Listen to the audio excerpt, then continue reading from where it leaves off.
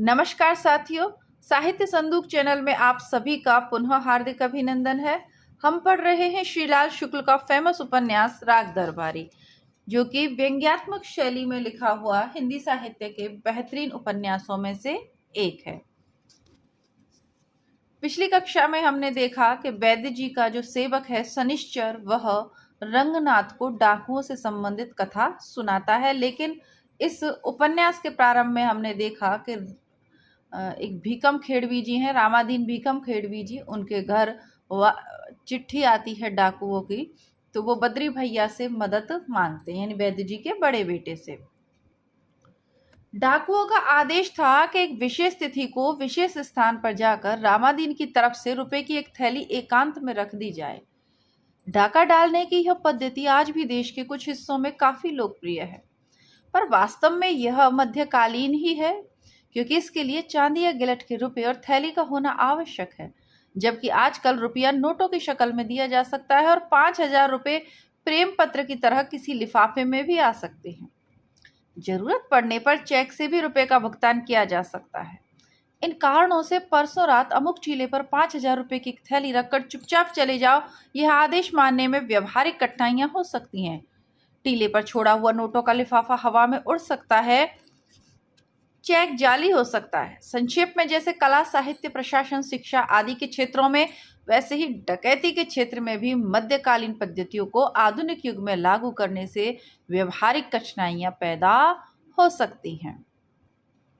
जो भी हो, देखिए यहाँ पर भी व्यंग्य है ना, कि यानी इन सब क्षेत्रों में भी अभी पुरानी पद्धतियां ही लागू हैं। जो भी हो, डकैतों ने इस बातों पर विचार नहीं किया था, क्योंकि रामाधीन के यहाँ डाके की चिट्ठी भेजने वाले असली डकैत न थे। उन दिनों गांव सभा और कॉलेज की राजनीति को लेकर रामाधीन भीकम खेड़वी और वैद्य जी में कुछ तनातनी हो गई थी। अगर शहर होता तो राजनीति ऊंचे दर्जे की होती। तो ऐसे मौके पर रामाधीन के खिलाफ किसी महिला की तरफ से पुलिस में यह रिपोर्ट आ गई होती कि उन्होंने उसका शील भंग करने की सक्रिय चेष्टा की, पर महिला के सक्रिय विरोध के कारण वे कुछ नहीं कर पाए और अपना शील समूचा का समूचा लिए हुए सीधे थाने तक आ गई। पर यह देहात था, जहां अभी महिलाओं के शील भंग को राजनीतिक युद्ध में हैंड ग्रेनेड की मान्यता नहीं मिली थी। इसीलिए वहां कुछ पुरानी तरकीबों का ही प्रयोग किया गया था और बाबू रामाधीन के ऊपर डाकुओं का संकट पैदा करके उन्हें कुछ दिन तिलमिलाने के लिए छोड़ दिया गया था। पुलिस, रामाधीन भीकम खेड़वी और वैद्य जी का पूरा गिरोह ये सभी जानते थे कि डाके की चिट्ठी फर्जी है। ऐसी चिट्ठियां कई बार लोगों के पास आ चुकी थी, इसलिए रामाधीन पर यह मजबूरी नहीं थी कि वह नियत तिथि और समय पर रुपए के साथ टीले पर पहुंच ही जाए। चिट्ठी फर्जी ना होती तब भी रामाधीन शायद चुपचाप रुपया दे देने के मुकाबले घर पर डाका डलवा लेना ज्यादा अच्छा समझते। पर चूंकि रिपोर्ट थाने में दर्ज हो गई थी, इसलिए पुलिस अपनी ओर से कुछ करने के लिए मजबूर थी। उस दिन टीले से लेकर गांव तक का स्टेज पुलिस के लिए समर्पित कर दिया गया था। उसमें वे डाकू डाकू का खेल खेलते रहे। टीले पर तो एक थाना का थाना ही खुल गया। उन्होंने आसपास के ऊसर, बंजर जंगल, खेत खलियान सभी कुछ छान डाले। डाकुओं का कहीं निशान नहीं मिला।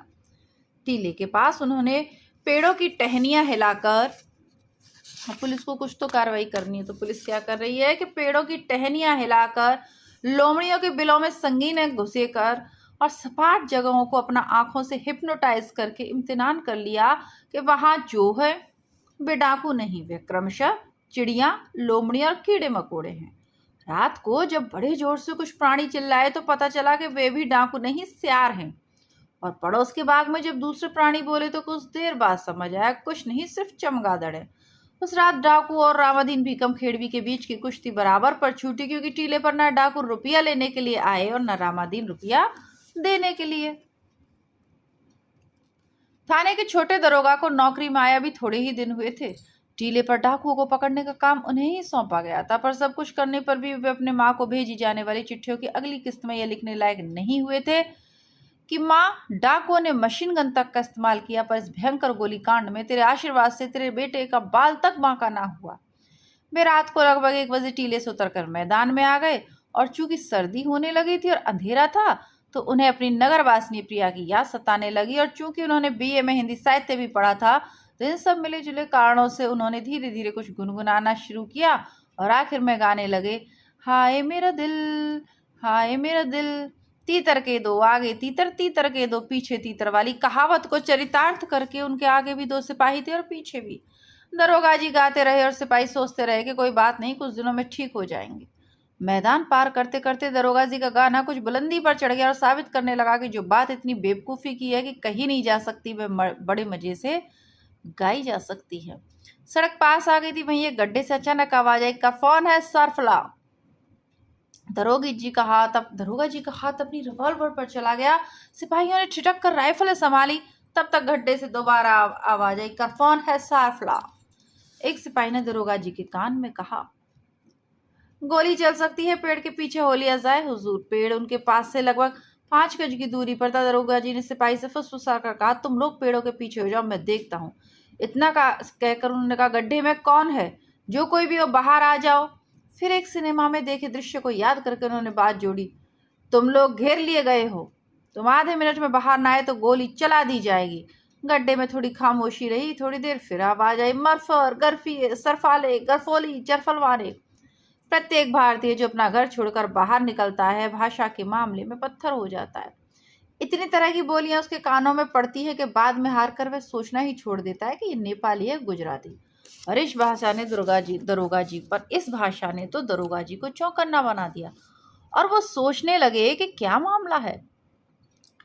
इतना तो समझ आता है कि इसमें कोई गाली है, पर यह क्यों नहीं समझ में आता कि कौन सी बोली है। इसके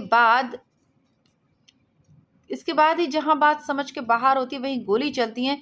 इस अंतर्राष्ट्रीय सिद्धांत का शिवपालगंज में प्रयोग करते हुए दरोगा जी ने रिवाल्वर तान लिया और कड़क कर बोले, गड्ढे से बाहर आ जाओ नहीं तो मैं गोली चलाता हूँ। पर गोली चलाने की जरूरत नहीं पड़ी। एक सिपाही ने पेड़ के पीछे से निकल कर कहा, गोली मत चलाई हुजूर, यह जोगन थवा है, पीकर गड्ढे में पड़ा है। सिपाही लोग उत्साह से गड्ढे को घेर कर खड़े हो गए। दरोगा जी ने कहा, कौन जोगन थवा, कौन जोग नथवा? एक पुराने सिपाही ने तजुर्बे के साथ कहना शुरू किया, यह श्री रामनाथ का पुत्र जोगनाथ है, अकेला आदमी है, दारू ज्यादा पीता है। लोगों ने जोगनाथ को उठाकर उसके पैरों पर खड़ा किया, पर जो खुद अपने पैरों पर खड़ा नहीं होना चाहता उसे दूसरे कहाँ तक खड़ा करते रहेंगे। इसलिए वह लड़खड़ा कर एक बार फिर गिरने को हुआ, बीच में ही रोका गया और अंत में गड्ढे के ऊपर आकर परमहंसों की तरह बैठ गया। बैठकर जब उसने आंखें मिलाकर हाथ हिलाकर चमगादड़ों और सियारों की कुछ आवाजें गले से निकालकर अपने को मानवीय स्तर पर बात करने लायक बनाया तो उसके मुंह से फिर वही शब्द निकले, करफौन है सरफला। दरोगा जी ने बोला, ये बोली कौन सी है? एक सिपाही ने कहा, बोली ही से तो हमने पहचाना कि जोगनाथ है, ये सरफरी बोली बोलता है, इस वक्त होश में नहीं है इसलिए गाली बक रहा है। दरोगा जी शायद गाली देने के प्रति जोगनाथ की इस निष्ठा से बहुत प्रभावित हुए कि वह बेहोशी की हालत में भी कम से कम इतना तो कर ही रहा है। उन्होंने उसकी गर्दन जोर से हिलाई और पकड़कर बोले, होश में आ। पर जोगनाथ ने होश में आने से इनकार कर दिया, सिर्फ इतना कहा, सरफा ले। सिपाही हंसने लगे। जिसने उसे पहले पहचाना था उसने जोगनाथ के कान में चिल्लाकर कहा, जरफोगनाथ हरफोश में आवा अरफाओ। इसकी भी जोगनाथ पर कोई प्रतिक्रिया नहीं, पर दरोगा जी ने एकदम से सरफरी बोली सीख ली। उन्होंने मुस्कुरा कर कहा, साला हम लोगों को साला कह रहा है। उन्होंने उसे मारने के लिए अपना हाथ उठाया, पर सिपाही ने रोक दिया, जाने भी दें हुजूर। दरोगा जी को सिपाहियों की मानवतावादी दृष्टिकोण कुछ पसंद नहीं आ रहा था। उन्होंने अपना हाथ तो रोक लिया, पर आदेश देने के ढंग में कहा, इसे अपने साथ ले आओ और हवालात में बंद करो, दफा 109 जाब्ता फौजदारी लगा देना। एक सिपाही ने कहा, यह नहीं हो पाएगा हुजूर, ये यहीं का रहने वाला है, दीवारों पर इश्तहार रंगा करता है और बात बात पर सरफरी बोली बोला करता है। वैसे बदमाश है पर दिखाने के लिए कुछ काम तो करता ही है। वे लोग जोगनाथ को उठाकर उसे अपने पैरों पर चलने के लिए मजबूर करते हुए सड़क की ओर बढ़ने लगे। दरोगा जी ने कहा, शायद पीकर गाली बक रहा है, किसी न किसी जुर्म में दफा निकल ही आएगी, अभी चलकर इसे बंद कर दो, कल चालान कर दिया जाएगा। तो सिपाही ने कहा, हुजूर बेमतलब झंझट में पड़ने से क्या फायदा, अभी गांव चलकर इसे इसके घर में ढकेल आएंगे, इसे हवालात कैसे भेजा जा सकता है, वैद्य जी का आदमी है। दरोगा जी नौकरी में नए थे, पर सिपाहियों का मानवतावादी दृष्टिकोण अब एकदम समझ गए। वे कुछ नहीं बोले। सिपाहियों से थोड़ा पीछे हटकर वे फिर अंधेरे, हल्की ठंडक, नगर वासनी प्रिय और हाय मेरे दिल से संतोष खींचने की कोशिश करने लगे। इसके बाद दृश्य 9 है। तो आपने पहले थाने का दृश्य देखा प्रारंभ में उपन्यास के, अब आपने उसमें काम करने वाले थानेदार का दृश्य भी, थानेदार का या उसके जो सेवकों का परिदृश्य वह भी समझ लिया। अब दृश्य नंबर 9। कोऑपरेटिव यूनियन का गबन बड़े ही सीधे साधे ढंग से हुआ था। सैकड़ों की संख्या में रोज होते रहने वाले गबनों की अपेक्षा इसका यही सौंदर्य था कि इसका शुद्ध गबन था। इसमें ज्यादा घुमा फिराव न था, न इसमें जाली दस्तखतों की जरूरत पड़ी, न फर्जी हिसाब बनाया गया, न नकली बिल ही पास कराया गया, न न नकली बिल पर रुपया निकला। ऐसा गबन करने और ऐसे गबन को समझने के लिए किसी टेक्निकल योग्यता की नहीं, केवल एक इच्छा शक्ति की जरूरत थी।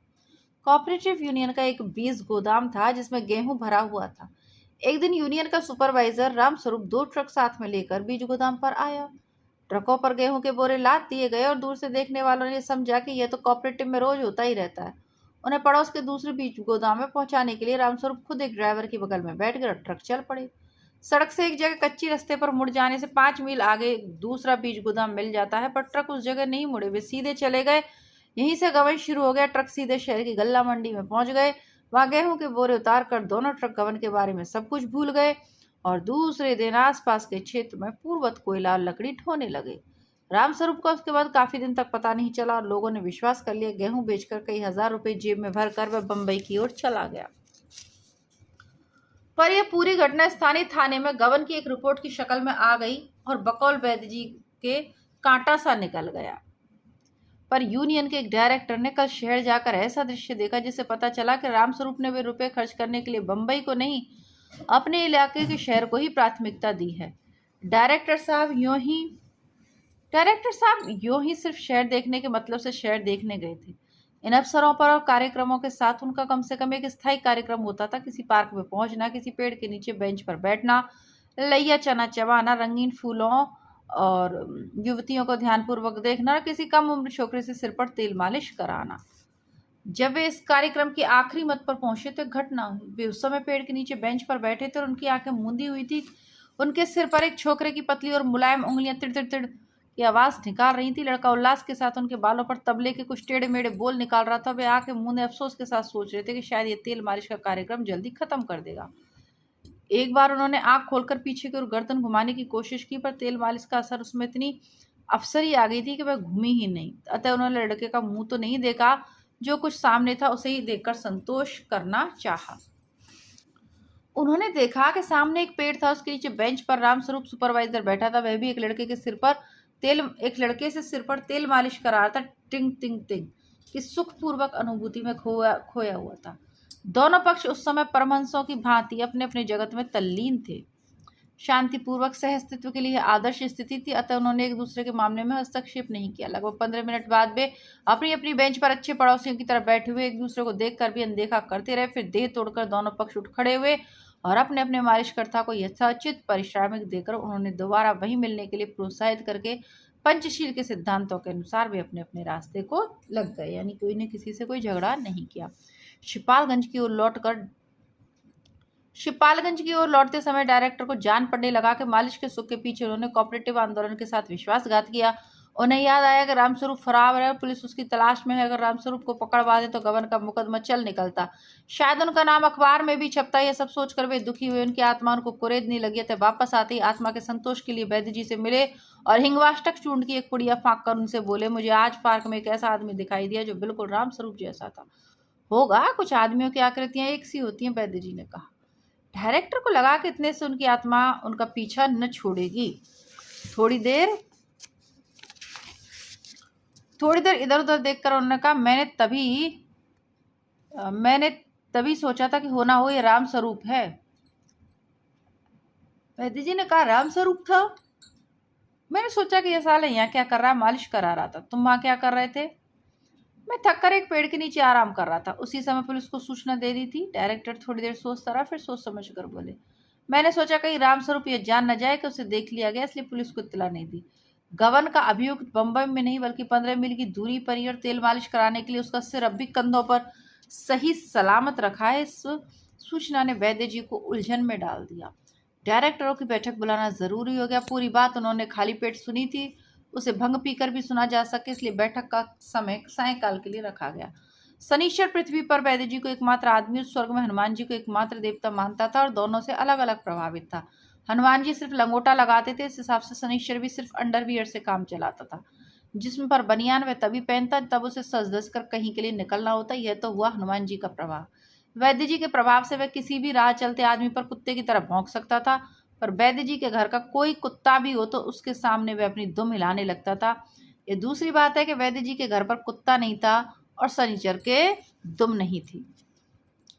उसे शहर की हर चीज में, इसलिए रंगनाथ में काफी दिलचस्पी थी। जब रंगनाथ दरवाजे पर होता, शनिचर भी उसके आसपास देखा जा सकता था। आज भी यही हुआ। वैद्य जी कोऑपरेटिव यूनियन की बैठक में गए थे। दरवाजे पर सिर्फ रंगनाथ और शनिचर थे। सूरज डूबने लगा और जाड़े की शाम के साथ हर घर से उठने वाला कसैला धुआं मकानों के ऊपर लटक गया था।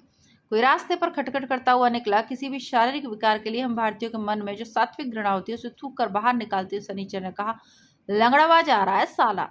कहकर वह उछलता हुआ बाहर चबूतरे पर आ गया और वह मेंढक की तरह बैठ गया। रंगनाथ ने पुकार कर कहा, लंगड़ हो क्या?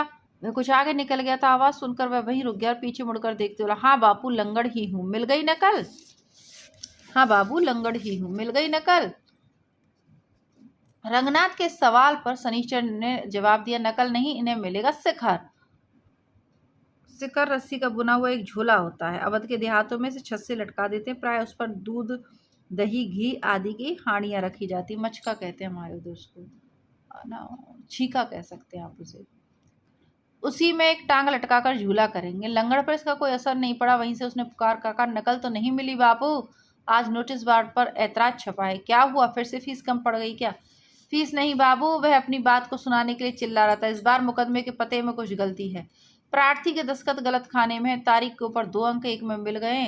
एक जगह कुछ कटाए पर दस्तखत नहीं, बहुत गलती निकाली गई। वे दफ्तर वाले बड़े शरारती हैं। रंगनाथ ने कहा, कैसी कैसी गलतियां निकालते हैं? जिसे गांधी जी अपनी प्रार्थना सभा में समझा रहे हो कि हमें अंग्रेजों से घृणा न करनी चाहिए, उसी वजह से लंगड़ ने सिर हिलाकर कहा, नहीं बापू, दफ्तर वाले तो अपना काम करते हैं, सारी गड़बड़ी अर्जी नवीस की है। विद्या का लोप हो रहा है, नए नए अर्जनवीस गलत फलत लिख देते हैं। रंगनाथ ने मन में इतना तो मंजूर कर लिया कि विद्या का लोप हो रहा है। लंगड़ के बताए हुए कारण से वह सहमत नहीं हो सका। वह कुछ कहने जा रहा था, तब तक लंगड़ ने जोर से कहा, कोई बात नहीं बापू, कल दरख्वास्त ठीक हो जाएगी। वह खटखट करता हुआ चला गया। शनिचर ने सोचा कि जाने किस दिन ये जाने कितने बांगड़ू शिवपालगंज में इकट्ठा हो रहे हैं। रंगनाथ ने उसे समझाया, सब जगह ऐसा ही होता है, दिल्ली का भी यही हाल है। वह शनिचर को दिल्ली के किस्से सुनाने लगा। जैसे भारतीयों की बुद्धि अंग्रेजी की खिड़की से झांक कर संसार का हाल चाल लेती है, वैसे ही शनिचर की बुद्धि रंगनाथ की खिड़की से झांकती हुई दिल्ली की हाल चाल लेने लगी। दोनों कुछ देर उसी में अटके रहे। अंधेरा हो चला था, पर अभी हालत ऐसी नहीं थी कि आंख के सामने खड़े हुए आदमी और जानवर में तमीज न की जा सके। वैद्य जी की बैठक में एक लालटेन लटका दी गई। सामने रास्ते 3 नौजवान जोर जोर से ठाके लगाते हुए निकले। उनकी बातचीत किसी एक ऐसी घटना के बारे में होती रही जिसमें दोपहर, फंटूश, चकाचक, ताश और पैसे का जिक्र उसी बहुतायत से हुआ जो प्लानिंग कमीशन के अहलकारों में एवोल्यूशन, कोऑर्डिनेशन, डबलेचिंग या साहित्यकारों में परिप्रेक्ष्य, आयाम, युगबोध, संदर्भ आदि कहने में पाई जाती है। कुछ कहते कहते तीनों नौजवान बैठक के आगे जाकर खड़े हो गए। शनिचर ने कहा, बद्री भैया, इन जानवरों को कुश्ती लड़ाना सिखाते हैं। समझ लो बाघ के हाथ में बंदूक दे रहे हैं। वैसे ही सालों के मारे लोगों का रास्ता चलना मुश्किल है। दांव पे सीख गए तो गांव छोड़ देना होगा।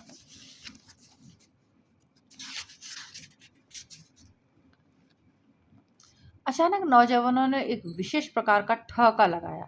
सब वर्गों की हंसी और ठहाके अलग अलग होते हैं। कॉफी हाउस में बैठे हुए साहित्यकारों का ठहाका कई जगहों से निकलता है। वह किसी के पेट की गहराई से निकलता है, किसी के गले, किसी के मुंह से, और उनमें से एक आध ऐसे भी रह जाते हैं जो सिर्फ सोचते हैं ठहाका लगाया क्यों गया है। डिनर के बाद कॉफी पीते हुए छके हुए अफसरों का ठहाका दूसरी किस्म का होता है। वह ज्यादातर पेट की बड़ी ही अंदरूनी गहराई से निकलता है। उस ठाके के घनत्व का उसकी साधारण हंसी के साथ सही अनुपात बैठता है और उनकी आमदनी का उनकी तनख्वाह से होता है। दोबारा देखते हैं कि उस ठहाके के घनत्व का उनकी साधारण हंसी के साथ वही अनुपात बैठता है जो उनकी आमदनी का उनकी तनख्वाह से होता है। राजनीतिज्ञों का ठहाका सिर्फ मुंह की खोखल से निकलता है और उसके 2 ही आयाम होते हैं, उसमें प्राय गहराई नहीं होती। व्यापारियों का ठहाका होता ही नहीं, और अगर होता भी होता है ऐसे सूक्ष्म और सांकेतिक रूप में पता लग जाता है कि इनकम टैक्स के डर से अपने ठहाके का स्टॉक बाहर नहीं निकालना चाहते। इन नौजवानों ने जो ठहाका लगाया था वह सबसे अलग था। यह शहदों का ठहाका था जो आदमी के गले से निकलता है, पर जान पड़ता है मुर्गा, गीदड़ों, घोड़ों के गलों से निकला है। ठहाका सुनते ही शनिचर ने अधिकार भरी आवाज में कहा, यहाँ खड़े खड़े क्या उखाड़ रहे हो, जाओ रास्ता नापो। नौजवान अपनी हंसी के पॉकेट बुक संस्करण प्रकाशित करते हुए अपना रास्ता नापने लगे। तब तक अंधेरे से एक औरत छमछम करती हुई निकली और लालटेन की धीमी रोशनी में लपलपाती हुई परछाई छोड़ती हुई दूसरी ओर निकल गई। वह बड़बड़ाती जा रही थी, जिसका तात्पर्य था कि कल के छोकरे जो उसके सामने नंगे नंगे घूमा करते थे, आज उससे शिकवाजी करने चले हैं। सारे मोहल्ले को समाचार देकर के लड़के उसे छेड़ते हैं, वह अब भी छेड़ने लायक है। वह औरत वही अंधेरे में गायब हो गई। शनिचर ने रंगनाथ से कहा, न जाने वह कान्हा इस कुतिया को कहाँ से घसीट लाया है, जब निकलती है तो कोई ना कोई इसे छेड़ ही देता है।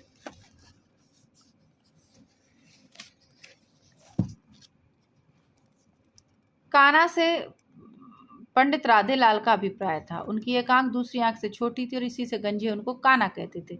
ये हमारी प्राचीन परंपरा है। वैसे तो हमारी हर बात प्राचीन परंपरा है कि लोग बाहर जाते हैं और जरा सी बात पर शादी कर बैठते हैं।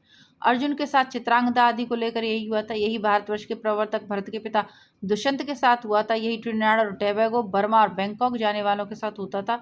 यही अमेरिका और यूरोप जाने वालों के साथ हो रहा है। यही पंडित राधेलाल के साथ हुआ, अर्थात अपने मोहल्ले में रहते हुए जो बिरादरी के एक इंच भी बाहर जाकर शादी करने की कल्पना मात्र से बेहोश हो जाते हैं, वे भी अपने क्षेत्र से बाहर निकलते ही शादी के मामले में शेर हो जाते हैं। और अपने मोहल्ले में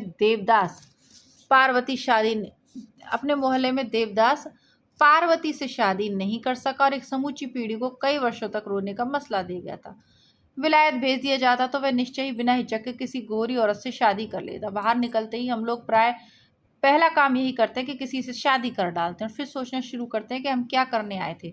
तो पंडित राधेलाल ने भी, सुना जाता है, एक बार पूर्व जाकर कुछ करना चाहता था, पर 1 महीने के भीतर ही वह इस कुतिया से शादी करके शिवपालगंज वापस लौट आए। किसी पूर्वी जिले की एक शक्कर मिल में एक बार पंडित राधेलाल को नौकरी मिल गई। नौकरी मिलने की संभावना नजर आई। नौकरी चौकीदारी की थी। वे वहां जाकर एक दूसरे चौकीदार के साथ रुक गए। पंडित राधेलाल की शादी नहीं हुई थी। उनके जीवन की सबसे बड़ी समस्या यही थी कि औरत का हाथ का खाना नहीं मिलता।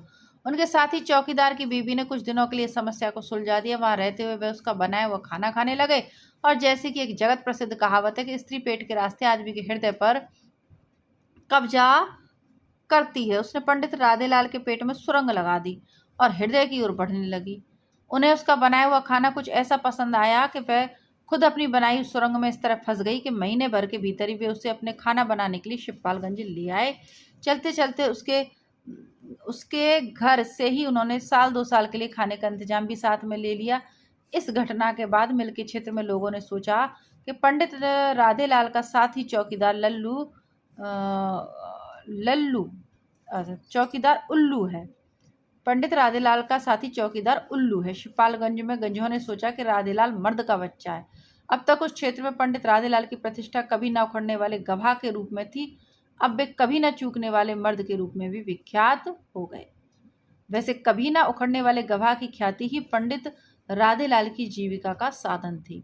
वे निरक्षरता और साक्षरता की सीमा पर रहते थे और जरूरत पड़ने पर अदालतों में दस्तखत कर लेता हूँ, मैं पढ़ा लिखा नहीं हूँ, इनमें से कोई भी बयान दे सकते थे। पर दीवानी और फौजदारी के कानून में उन्हें इतना ज्ञान सहज रूप में मिल गया था कि वे किसी भी मुकदमे में गवाह की हैसियत से बयान दे सकते थे और जिरह में अब तक उन्हें कोई वकील उखाड़ नहीं पाया था। जिस तरह कोई भी जज अपने सामने के किसी भी मुकदमे का फैसला दे सकता है, कोई भी वकील किसी भी मुकदमे की वकालत कर सकता है, वैसे ही पंडित राधेलाल किसी भी मामले में चश्मदीद गवाह बन सकते थे।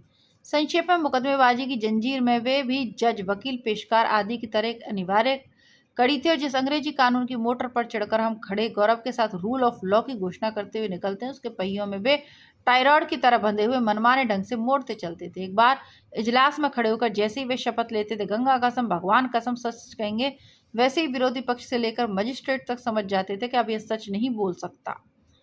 पर ऐसा समझना बिल्कुल बेकार था, क्योंकि फैसला समझ से नहीं कानून से होता है। यानी सबको पता है कि ये आदमी मतलब एक नियमित गवाह है, लेकिन फिर भी फैसला हो जाता था उसकी गवाही पर। और पंडित राधेलाल की बात समझने में चाहे जैसी लगे, कानून पर खरी उतरती थी। पंडित राधेलाल की जो भी प्रतिष्ठा रही, उनकी प्रेयसी की स्थिति बिल्कुल साफ थी। वह भाग कर आई थी, इसलिए कुतिया थी। लोग उससे मजाक कर सकते थे और हमेशा यह समझ कर चल सकते थे कि उसे मजाक अच्छा लगता है।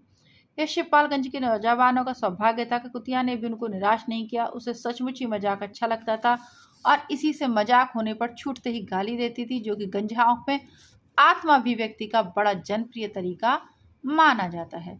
शनिचर रंगनाथ को पंडित राधेलाल का किस्सा बड़े ही नाटकीय ढंग से सुना रहा था। तभी उन तीनों नौजवानों में से बैठक के दरवाजे पर आकर एक खड़ा हो गया। वह नंगे बदन था, उसके जिस्म पर अखाड़े की मिट्टी लगी हुई थी, लंगोटों की पट्टी कमर से पैरों तक साठ हाथी की सूंड की तरह लटकी हुई थी। उन दिनों शिवपालगंज में लंगोटा पहनकर चलने वाले में यही फैशन लोकप्रिय हो रहा था। सनीचर ने पूछा, क्या मामला है छोटे पहलवान? पहलवान ने शरीर के जोड़ों पर दांत खुजलाते हुए कहा, बद्री भैया आज अखाड़े में नहीं है, कहाँ लपक गए? लपक कहाँ जाएंगे, इधर उधर कहीं होंगे। कहाँ होंगे? यूनियन का सुपरवाइजर गेहूं लदवा कर भाग गया, उसी की मीटिंग यूनियन में हो रही है, बद्री भी भैया भी गए होंगे। पहलवान ने लापरवाही से चबूतरे पर थूक दिया और कहा, बद्री भैया मीटिंग में बैठकर क्या अंडा देंगे? सुपरवाइजर को पकड़कर एक धोबी पाट मारते, उसी में साला टैं हो जाता। मीटिंग शीटिंग में क्या होगा?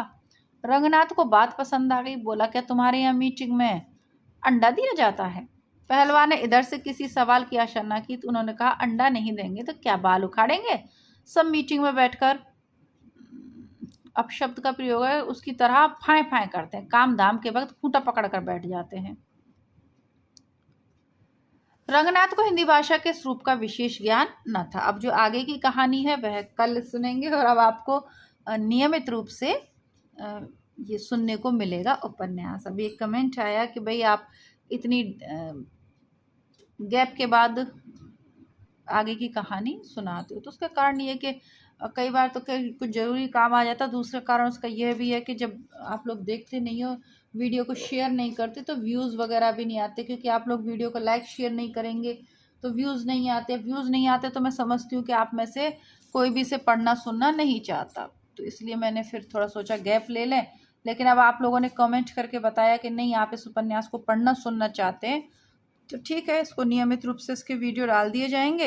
इसके अलावा आपको अगर अच्छा लगे तो अपने मित्रों को शेयर करें, वीडियो को लाइक करें, ताकि थोड़ा अधिक लोगों तक यूट्यूब इस वीडियो को पहुंचाए। जितने भी लोग वीडियो सुन रहे हैं, इसको कहानी को सुन रहे हैं, कृपया करके वीडियो को लाइक करें, चैनल को लाइक शेयर सब्सक्राइब करें। और हाँ, इसके अलावा हिंदी की प्रतियोगी परीक्षाओं के लिए हमारा जो चैनल है हिंदी नेटशाला, उसकी प्लेलिस्ट चेक करें। दोनों ही चैनल की प्लेलिस्ट, अब ये तो क्योंकि नया चैनल है थोड़ा, तो धीरे धीरे करके इसकी प्लेलिस्ट बनाएंगे, लेकिन उसकी प्लेलिस्ट पूरी तरीके से बनी हुई है हिंदी नेटशाला पर। आपको आपके सिलेबस के अकॉर्डिंग नाटक, निबंध, कहानियाँ, रामचंद्र शुक्ल जी की हिंदी साहित्य का इतिहास, नगेंद्र का, रामस्वरूप चतुर्वेदी का, गोविंद पांडे, सरस्वती पांडे, यूथ कंपटीशन के प्रैक्टिस सेट, सब कुछ उपलब्ध है। तो कृपया करके दोनों चैनल की प्लेलिस्ट चेक करते रहिएगा। कमेंट्स के माध्यम से अपने विचार हम तक पहुंचाते रहे। धन्यवाद। जय हिंद।